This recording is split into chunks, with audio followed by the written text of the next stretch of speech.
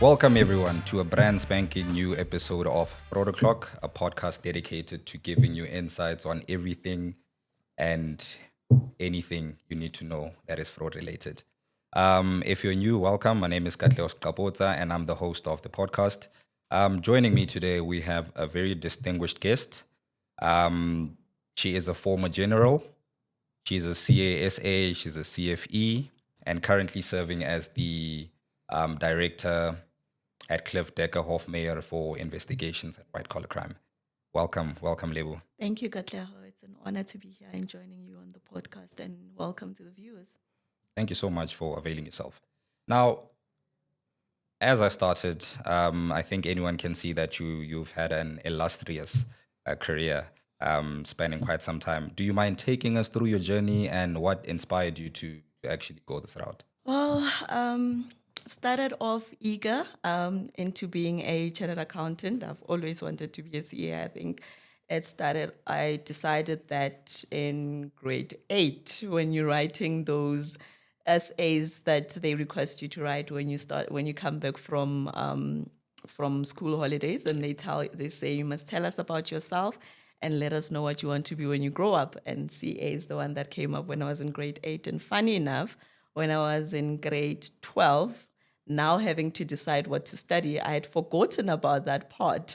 It was between forensics, so genetic for me, and doing accounting. So I thought, let's see what works out better, because I also took biology. But turns out biology and accounting were a tie, and I was more passionate about accounting, and we went into with accounting science. Studied it, loved it, and continued doing my articles at Deloitte, working there as a manager, then did internal audit because I wanted a little bit of a break from the hectic schedules of auditing. I worked in a finance department and then moved from a finance department. Once you get used to really working hard in a fast-paced environment, you actually miss it, and you find the slower pace a bit less challenging. So moved into internal audit and then into forensic investigations at the DPCI. Wow. So I've had a fair share of corporate and working in public sector exposure. Yeah. Wonderful. And I love that you mentioned, a high-paced environment. Would you say that's the reason, or would that be one of the factors that sort of catapulted you to being a general? Because I must say, I've never met quite such a young general, in your previous capacity. So would you say that was one of the reasons why you managed to serve in that capacity at the DPCI? Yeah, I mean, the requirement was that they wanted a chartered accountant because looking at the forensic investigation, they have access to law enforcement. That's the law side of things, investigators. They're working with the NPA closely, so that's the law guidance coming into it again. We have the technology part. They already have digital forensics in-house, and they were missing the flow of funds section that comes with now the accounting expertise that we have. So it was a good opportunity that I saw fit, and I challenged myself and put myself out there. Now, having worked in those two environments, being the private as well as the public sector, what would you say are some of the key differences in the way they investigate? Well, it literally goes back to the mandate of the organization, especially when we're talking about public sector organizations. In the law enforcement organization that I worked with, the focus was criminal investigation. So the forensic support that we're providing was for criminal investigations that they were busy investigating. In the private sector, you have access to reactive forensic investigation and proactive forensic investigation. So in the reactive side, that's when the fraud has already occurred, where we're looking at supporting either the civil cases that could arise from that, or there was an anonymous tip-off that we need to follow up and investigate and then quantify what the problem might have been or what the amount of fraud might have been, or determine if there actually was a fraud that took place or not. But then in public sector, in the environment that I was in, we were at a point where it might have been a criminal case that had already been reported, and now they needed you to quantify the value of the loss. Okay. Yeah. How would you say the nature of fraud has evolved? I think it is gaining a lot of exposure recently because of the Matlanga Commission.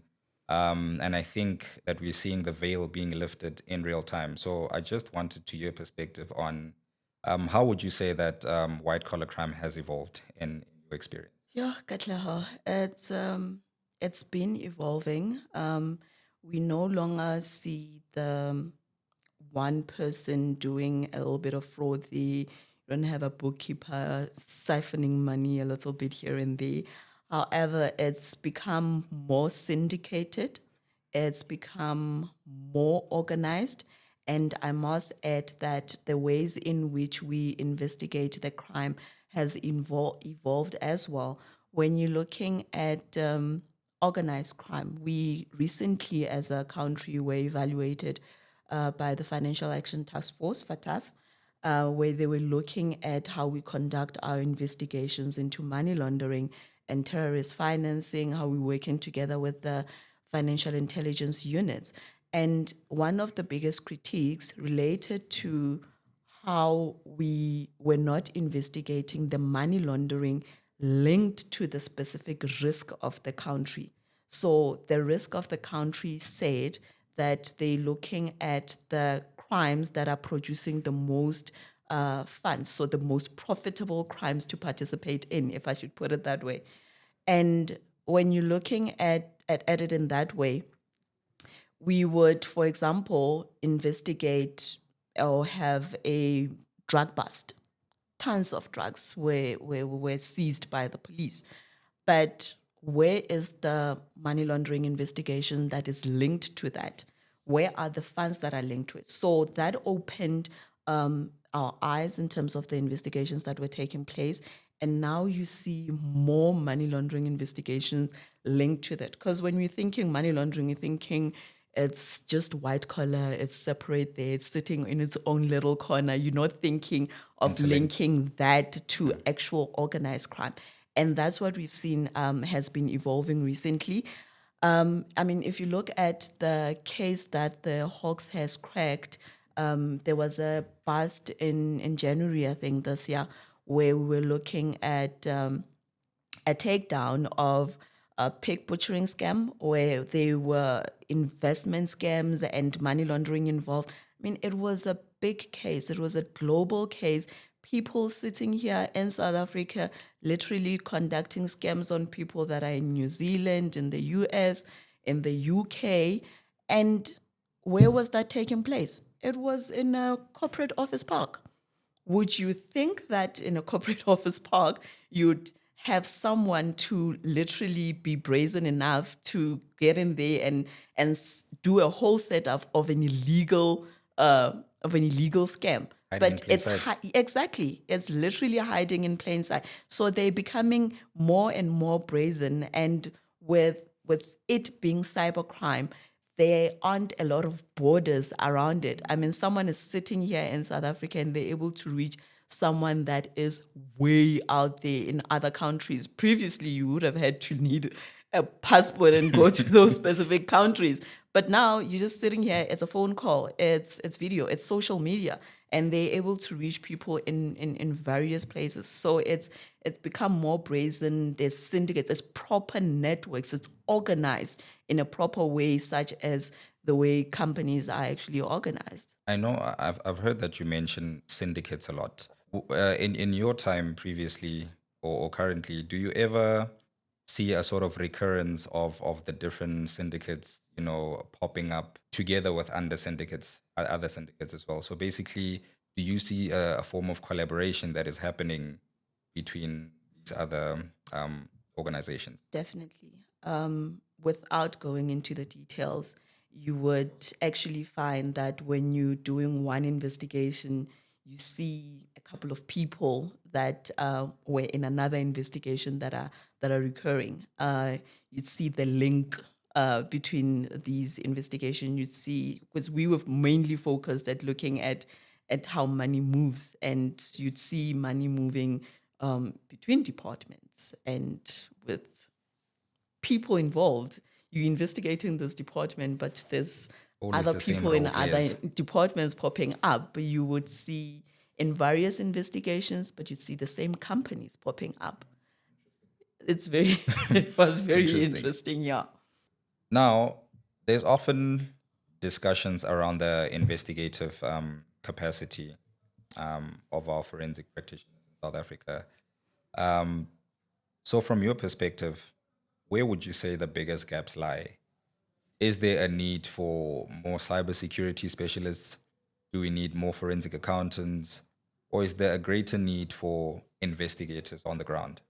What do you say about Yo, Katlaho, we have a few gaps when it comes to crypto investigations. Crypto investigations are quite complex, and we still need to learn more about how to follow the funds in that way, if I should put it that way. So, but I know that the crypto the platform providers, I don't know what to call them. I don't want to call them by examples, but in the interactions that we've had, the forensic units are quite willing to assist in showing where the money went from which wallet to which wallet until you see it leave the platform. They're able to assist law enforcement agencies with that. And I know in my previous capacity, there were cases where that people were actually arrested with the assistance of those crypto providers. Yeah, we also have gaps in cyber-related crimes. There's a lot of people that go into hacking. I mean, we've seen in the last week big corporations such as Standard Bank, they had a cybersecurity breach. So if it's able to happen to such a big corporation, then what of us, smaller companies, you know? But you need to keep on looking at where are the gaps. Keep on testing your systems to see where the breach could happen. Because in as much as you're working on the defense, the criminals out there are also evolving and looking at how can we keep on tapping into it? How can we break into these specific walls that you have built for your specific company? We have come a long way, as I've said, in terms of how we investigate money laundering. We were able to get out of the grey list as a country, which shows that there is good progress that is being made. But there needs to be more collaboration with the specialists in the private sector. When you're looking at cyber specialists, né, they they are quite expensive, if I can put it that way. Because it's a rare skill. It's a rare skill. They're quite expensive. It's going to be difficult to be able to get those to work in law enforcement agencies. But there's nothing that's stopping law enforcement from collaborating with those specialists to pick on their skills to be able to assist in their investigation. I mean, the other thing that we should be focusing on, especially on the private sector side, is looking at the proactive forensic work that can be done. You need to be able to see what kind of business you're getting into, the due diligence that that you're making. You need to intensify your fraud risk assessment. So it's defenses at all levels. And right now, it doesn't only circulate around cyber breaches and all. We need to be able to protect your own people. I mean, we've seen what's been happening with the fraud investigators. Yes. We've lost a few people in the industry. So you need to be able to protect your people as well. It's quite complex, but we need to work together. I think that's the only way we're going to be able to beat this. Thank you. Now, having said that, are you saying that crypto is no longer as decentralized as we would have thought? You know, people always thought that it's the safe haven. They can, you know, they can carry cash from one place to another without interference from law enforcement. So what you're saying is that now there is actually an opportunity or a way in which we can track those flow of funds. Well, based on my limited knowledge, Of course, we are not crypto experts, yes. Yes, definitely an accountant, not a crypto expert. But with the interactions that we've had, we've seen that they've always explained that the blockchain is information that is there, is publicly available. So you just need to be able to read the information that is in the blockchain. However, it gets decentralized when you're using stuff that they refer to as your cold wallets, where they're not using the specific platforms, the crypto platforms. But if it's in a platform, they would be able to follow and tell you it went from this wallet to this wallet to this wallet. But if it's in a cold wallet and you're not working on the platform, you're working separately, that's when it gets difficult to trace. Interesting. Just to touch on capacity once more, we've seen a rise in, of course, digital related frauds. I mean, if big organizations cannot protect themselves, then who are we? I've met quite people who are, they would install an antivirus on their on their laptops, but they have no antivirus for their phones, and that's the device that they use for the most. So how much of a need would you say we have for cybersecurity specialists currently? A huge need, if I can respond to it that way. It's a big need that we have for cyber security specialists. However, for the individual on the street, a normal person that you're meeting, it's not necessarily at that level. You need the basic financial education, the basic education not to fall into the scams of social reengineering. You have to be careful who you give out your details to. I know in the past it used to be careful who you give out your ID number to, be careful who you give out your banking details to. But now it has escalated to a point where be careful who you talk to on the phone. Yes. Because you think you're talking to your banker, but it's not necessarily your banker. Now you need to go back to the basics. If your bank is calling you, telling you about a fraud that is happening in your account right now, you need to remember the basics. I need to confirm that I'm actually talking to my bank. They might have the information that they ought to have as your banker. Yes. They might tell you your account number. They might tell you which bank you opened your account at. And in some instances, it might be that there is inside people that are involved. But in other instances, it's just that the information was out there. So you need to make sure that you call the number that you have as the bank number, not the number that they're going to give you and it goes and it gives you some nice music that oh, when I call my bank, it usually sounds like this. You need to call the number yourself that this relates to the bank. You need to call the fraud line relating to the bank to find out what is going on. Refrain from giving out information that seem urgent. Yes. Because they'll tell you, no, we noticed that someone is trying to get into your account right now. If you don't act now. Yes, give me the OTP. It never, ever requires the OTP. That's one of the basic things you must remember. But because in some instances we end up being caught up in those scams, then the reporting doesn't happen that's supposed to happen. It's embarrassing for me as a fraud investigator to go and say I was scammed. Yes. But then I don't give the bank the sufficient information to know about the different types of fraud that are taking place and how they can make the public aware about those and make sure that they're able to prevent it.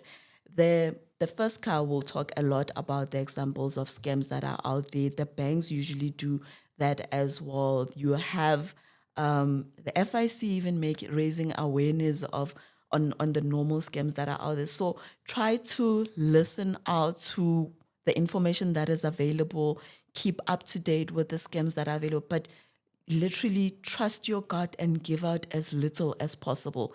When it comes to things that are linked to your money, give out as little as possible.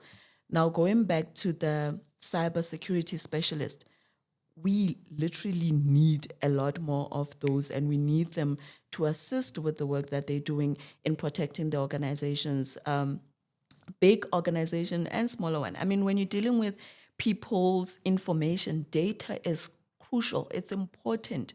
You will get into trouble with the regulator if something happens to people's data out there.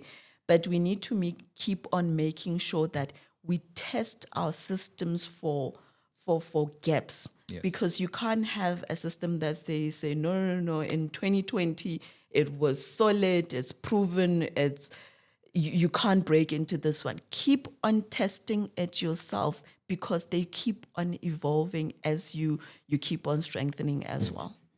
So, to the students watching this, and anyone who might want to pivot in their career, then you've heard it now. Cybersecurity is the way to go. You'll be well off. That's all I can say. And to those who also need assistance in knowing how to protect themselves against fraud, the ACFE SA normally hosts our annual Fraud Awareness Week. It's actually a global ACFE initiative as well, where we actually host campaigns around fraud education and training. It takes place every November, so be sure to visit our website or fraudweek.com. You can also register your ID number with the South African Fraud Prevention Service to just add another layer for protection on your ID number. All right, that was a mouthful. So as we move further, so for most organizations that are listening in currently, what practical steps can you give them to further prepare or support investigations without overstepping or compromising the process?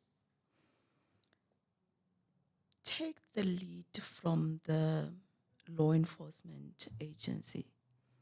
You can say you in the private sector, you are able to provide all of these resources, but they have specific processes that they are following that make sure that their case gets to where it needs to be in court. The evidence is preserved in a manner that will be acceptable, admissible in court, if I should put it that way. So always follow the lead from the law enforcement agency in terms of the assistance that they require. Do not try to seem to outsmart them. They know exactly what they're doing. They know exactly how things should be done. In some instances, we try to assist, but we end up ruining the case because we don't know as much as they do in terms of the lessons learned and the expertise that they have in bringing the cases towards court. You don't want the assistance that you were offering to end up being the very thing that ruins the case. So basically, follow the lead from what they need to assist the case, not try to get in front of them.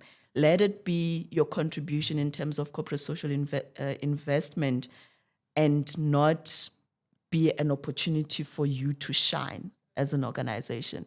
We need to look at the bigger picture, and the bigger picture or the main objective is that the case gets prosecuted. So let's push towards that rather. Okay, now I'll just cut it short because I'm also cognizant of the time as well. So thank you for that, Lebo. I think that speaks well to the public-private partnership and how essential it is.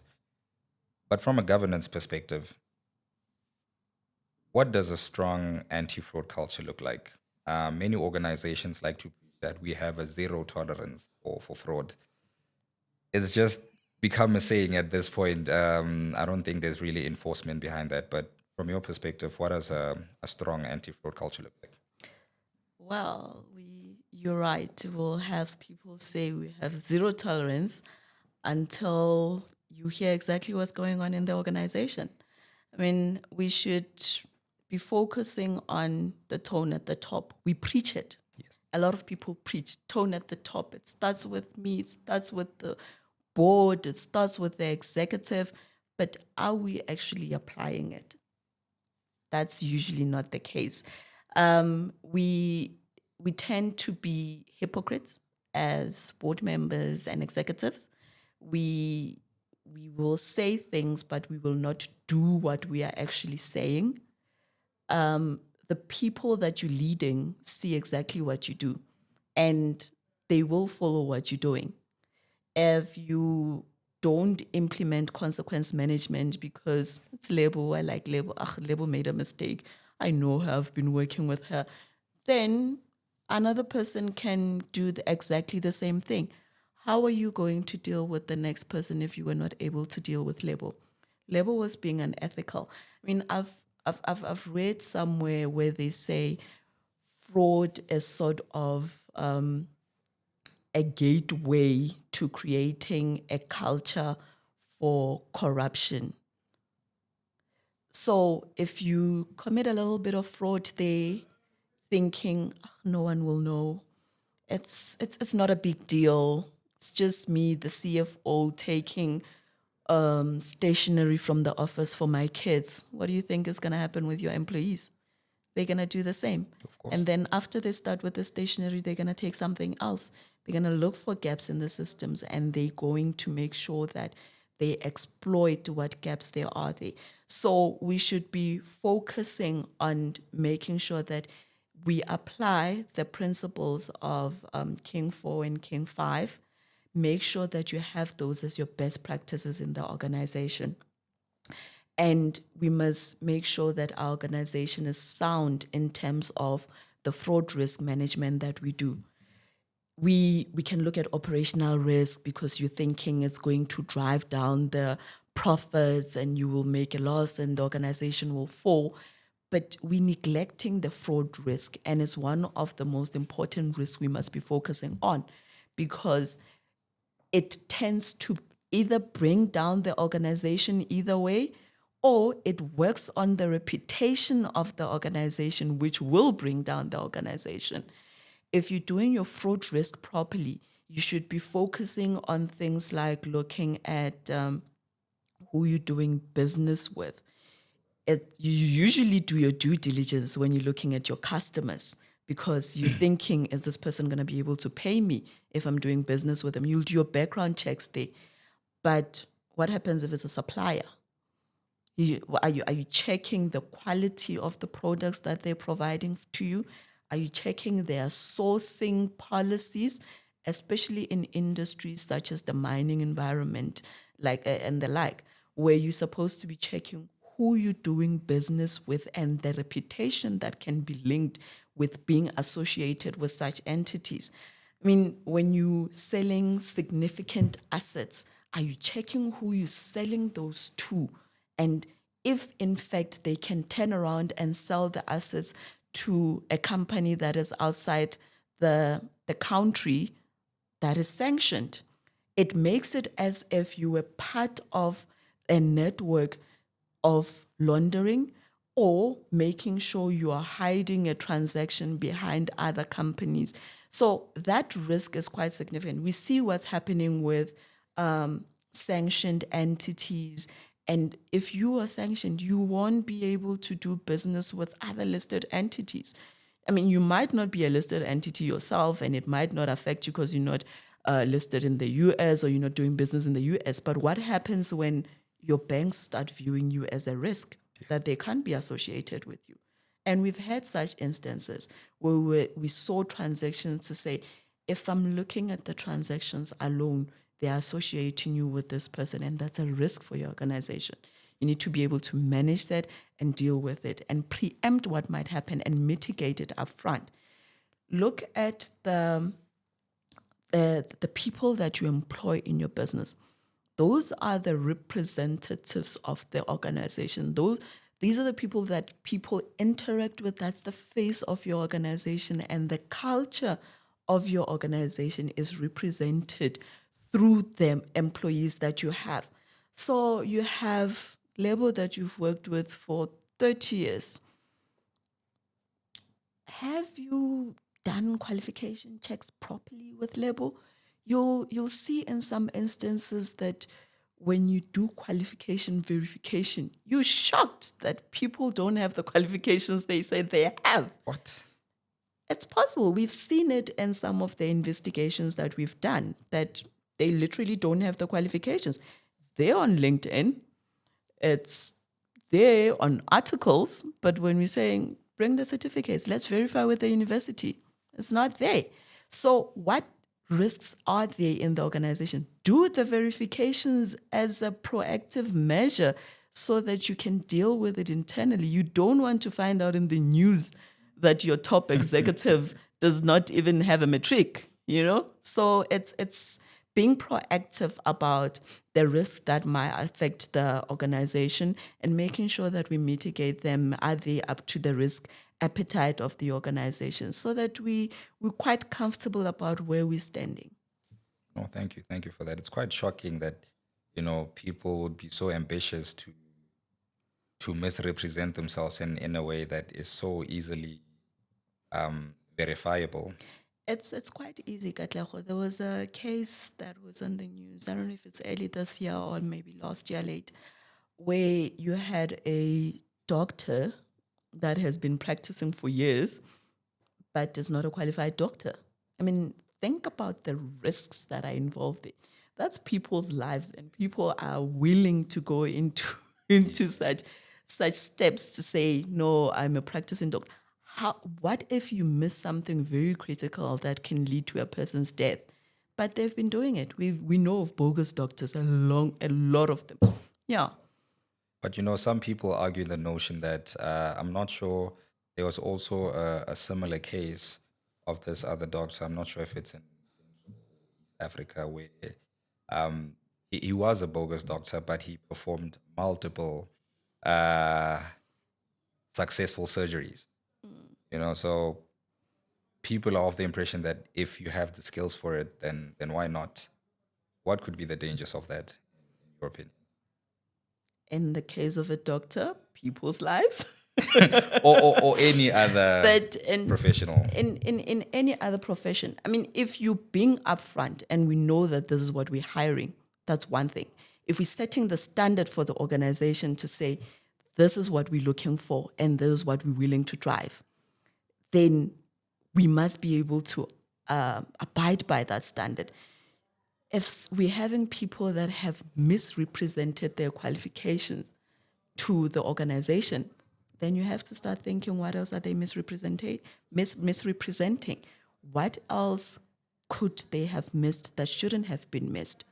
In some instances, in executive positions, you might have qualified people working under you. You're just driving the strategy of the organization. You might be good at doing that, but there's a misrepresentation that took place in the first instance. Where's your integrity in all of that?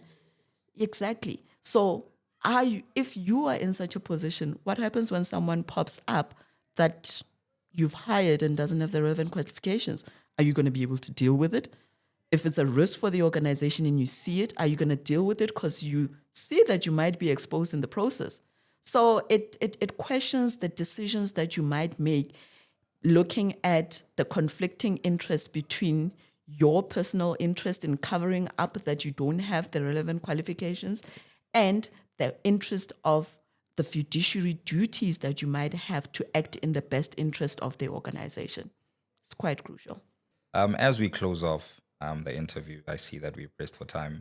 I've noticed that a lot of younger individuals or emerging professionals do not know that you can fall into the anti-fraud profession as a career, not just being an investigator, but as a career, there being a career path. What advice would you give them? And yeah, I think we touched on this early on regarding your experience, but what advice would you give to those younger students or professionals who are uncertain that they want to join the industry, but are uncertain of what the future may hold? Would you say this would be a sustainable path for them to follow? Definitely. I don't think AI will replace us that easy.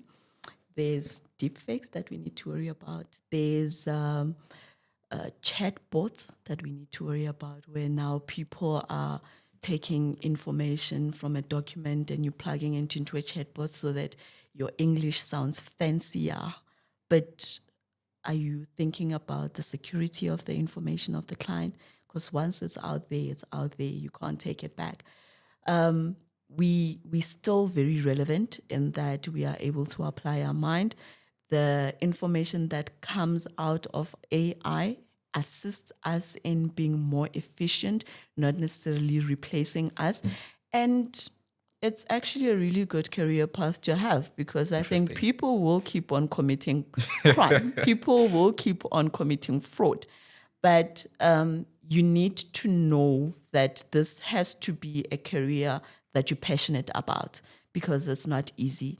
You will have your life threatened. You need to know exactly what to do in such instances based on the organization that you work for.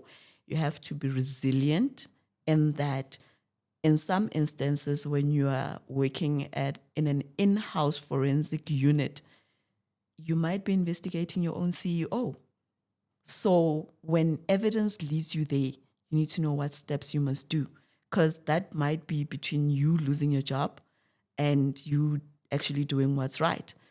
You need to be cognizant of your financial position so that you don't have financial pressures that lure you into positions that you don't want to find yourself, because it's very easy for you to make a case go away if you are paid to make it go away. But do you want to be in that position? Do you want to be known in the fraud environment that, no, take it to Lebo, she'll sort it out for you. She'll do a whole report and make it disappear. So you have to be passionate about it. You have to have integrity when you're going to be working in this environment. That's it for another great episode, everyone. Thank you so much for joining us, Lebo. That's it for today's episode. If you'd like to follow us, please do so on our LinkedIn or social profiles. They will be shown below. And that's it.